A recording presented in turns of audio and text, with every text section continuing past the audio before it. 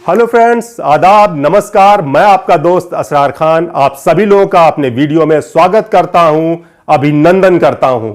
साथियों, अभी एक स्टडी रिपोर्ट्स आई थी और वो स्टडी रिपोर्ट एक सर्वे पर आधारित थी और वो सर्वे किया था IBM इंस्टीट्यूट फॉर बिजनेस और ऑक्सफोर्ड इकोनॉमिक्स ने मिलकर के। और उस सर्वे रिपोर्ट में यह बताया गया था कि भारतवर्ष में हर तरह के उद्यम संबंधी सामर्थ्य होने के बावजूद भी भारत में शुरू होने वाले 90% स्टार्टअप्स अपनी शुरुआत के 5 वर्षों में फेल हो जाते हैं।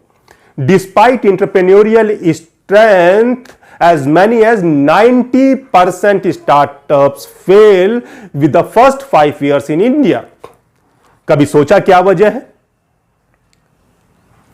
दोस्तों, जब हम कोई भी बिजनेस शुरू करते हैं या किसी भी तरह का कोई कारोबार स्टार्ट करते हैं तो उसके पीछे उस कारोबार को स्टार्ट करने से पहले किसी भी तरह की कोई भी इफेक्टिव प्लानिंग नहीं की जाती, कोई प्रभावशील योजना या प्रभावी योजना नहीं बनाई जाती है। या यूं कहिए कि योजना बनाना ही नहीं आता है, या यूं कहिए जो लोग बिजनेस शुरू करने जाते हैं किसी को देखा कि वो कामयाब हुआ और उन्होंने भी उसी तरह के बिजनेस की शुरुआत कर दी। ना ही किसी बिजनेस कंसल्ट की उन्होंने राय ली, ना ही किसी एक्सपर्ट की राय ली, और ना ही उन्होंने यह ज्ञान अर्जित करने की कोशिश की कि इस बिजनेस को हमें कैसे करना है। देखिए दोस्तों, कोई भी बिजनेस की कामयाबी, किसी भी एंटरप्रेन्योर की सक्सेस डिपेंड करती है कि कितना इफेक्टिव ऑपरेशनल प्लानिंग उसमें किया गया है।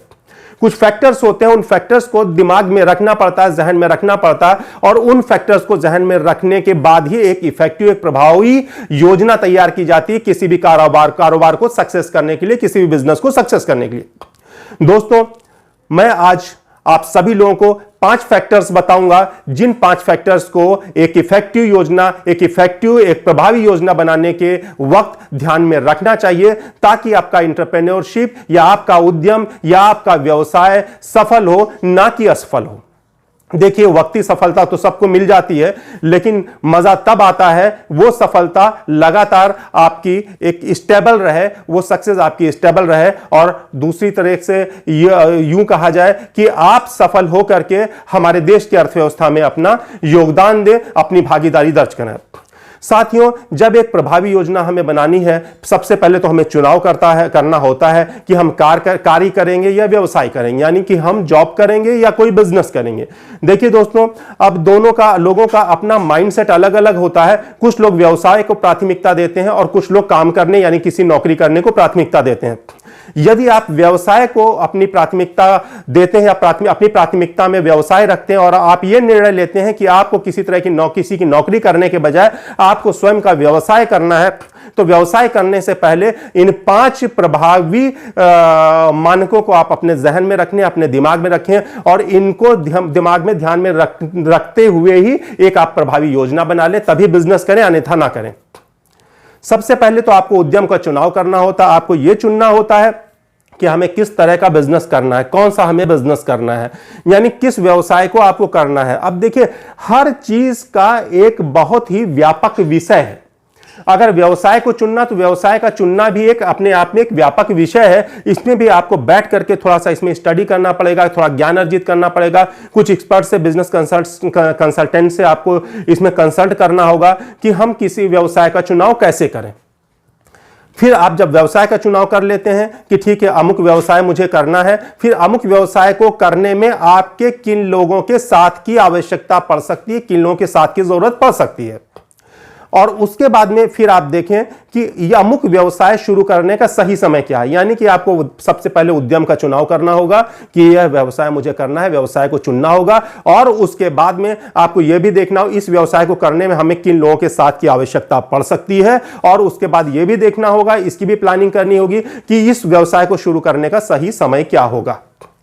अब इसमें क्या होता है कि जो हमने व्यवसाय का चुनाव कर लिया और ये देख लिया कि हमें किन लोगों के साथ की आवश्यकता पड़ सकती है, तो उसके बाद में एक जगह पर लोग फेल होते हैं। नॉर्मली वो SWOT एनालिसिस नहीं करते हैं, यानी कि खुद का अपना एनालिसिस कीजिए, जिन लोगों को अपने साथ में रखना है या जिनकी जरूरत आपको फ्यूचर में पड़ सकती है या इस व्यवसाय को आरंभ करने में पड़ सकती है, उनका भी एनालिसिस कर लें, उसके बाद में ही उनको अपने साथ में रखें।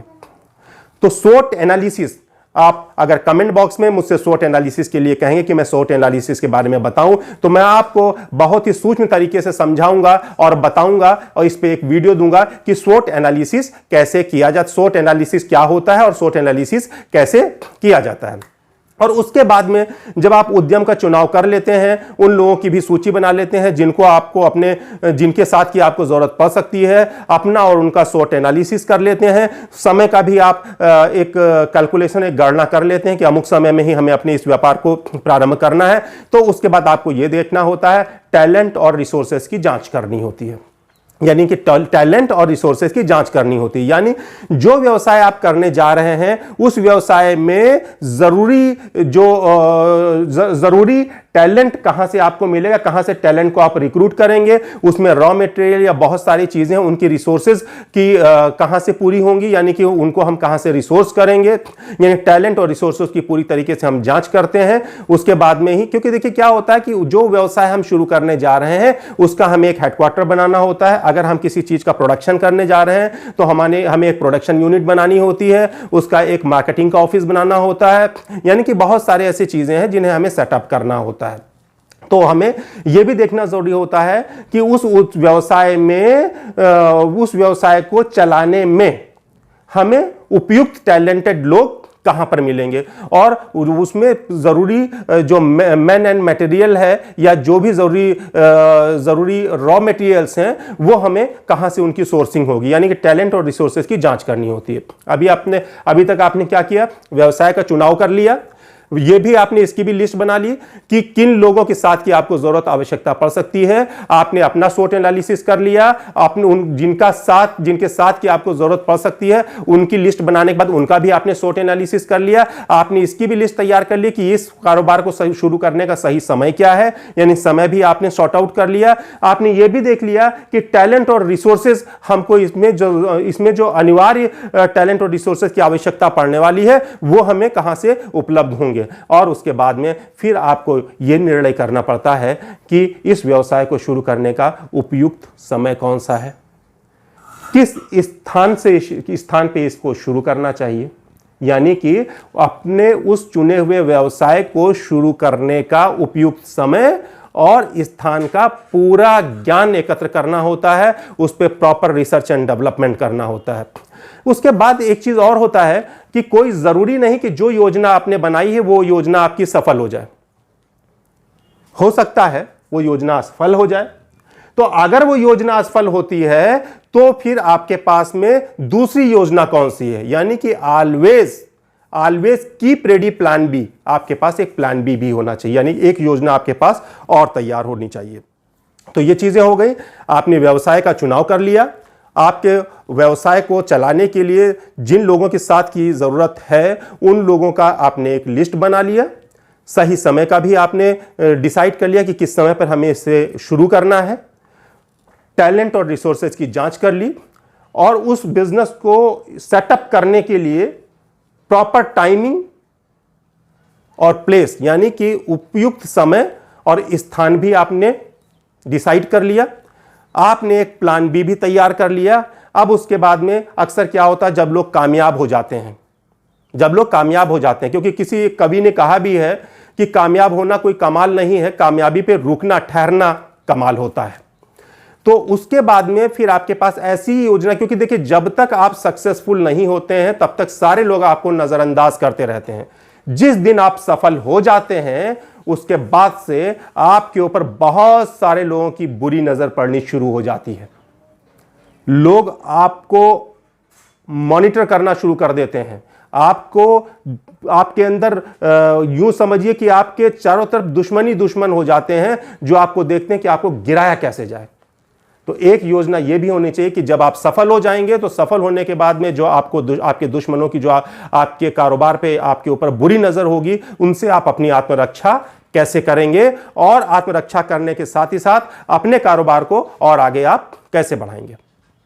तो वीडियो की शुरुआत में जैसा कि मैंने बताया कि एक स्टडी रिपोर्ट में IBM इंस्टीट्यूट फॉर बिजनेस और ऑक्सफोर्ड इकोनॉमिक्स ने एक रिपोर्ट दी। उस रिपोर्ट में कहा कि भारतवर्ष में उद्यम संबंधी सामर्थ्य होने के बावजूद भी भारतवर्ष में शुरू होने वाले 90% स्टार्टअप अपने शुरुआती 5 वर्ष में फेल हो जाते हैं। यानी कि despite entrepreneurial strength in India as many as 90% startups fail with the first 5 years। तो दोस्तों इस पे भी मैंने कुछ बहुत ही गंभीरता के साथ में इसमें मैंने अध्ययन किया है, और अध्ययन करने के बाद मैंने कई पॉइंट्स इसमें निकालने हैं, और उन पॉइंट्स में निकाला कि क्यों हमारे यहाँ के स्टार्टअप फेल होते हैं। तो आप को अगला वीडियो मैं आपको दूंगा कि भारतवर्ष में शुरू होने वाले जो स्टार्टअप्स हैं उन स्टार्टअप्स के फेल होने की क्या वजह है, वो स्टार्टअप्स क्यों फेल होते हैं। और दोस्तों अपने वीडियो के अंत में मैं आप लोगों को यह भी बताना चाहूँगा कि हम अपने वीडियो के डिस्क्रिप्शन बॉक्स में बहुत से इंपॉर्टेंट लिंक्स भी देते हैं, जिसमें ज़्यादातर मैं किताबों को रिकमेंड करता हूँ। देखिए दोस्तों, लीडर इज़ अ रीडर। जितना आपके पास में ज्ञान होगा, जितना आप ज्ञान अर्जित करेंगे, उतने ही आपके अंदर उतनी आपकी योग्यता बढ़ती चली जाएगी, और आप जितने योग्य होंगे, यूं मान के चलिए कि आपके सफल होने के चांसेस उतने ज़्यादा बढ़ जाएंगे। क्योंकि बिजनेस के जो बड़े बड़े कॉर्पोरेट लीडर्स हैं, चाहे वो जेफ बेजोस हों या कोई भी जो बड़े लीडर्स हैं, वो बड़े लीडर्स बहुत पढ़ते हैं और बहुत पढ़ते हैं। तो दोस्तों उन बुक्स में मैं बहुत ही मेहनत से उन किताबों को ढूंढ कर निकालता हूं, और ख़ुद पढ़ने के बाद में ही मैं उन किताबों को आप लोगों को रिकमेंड करता हूं। हिंदी और इंग्लिश दोनों में वो किताबें होती हैं, उनको भी आप पढ़ करके और पढ़ने के बाद में उसका जो भी चीज़ें, जो भी उसके लेसन्स हैं, उससे आप फ़ायदा उठाएं, और कहीं ना कहीं अपने आप को आप लोग तैयार करें, ताकि आप लोग भी आगे बढ़ कर कुछ करें और सफल हों, जिससे आपकी भी भागीदारी कहीं ना कहीं दर्ज हो, हमारे देश को एक विकासशील राष्ट्र से निकाल करके विकसित राष्ट्र की श्रेणी में ले जाने में। साथियों, थैंक यू वेरी मच। जय हिंद, गॉड ब्लेस यू।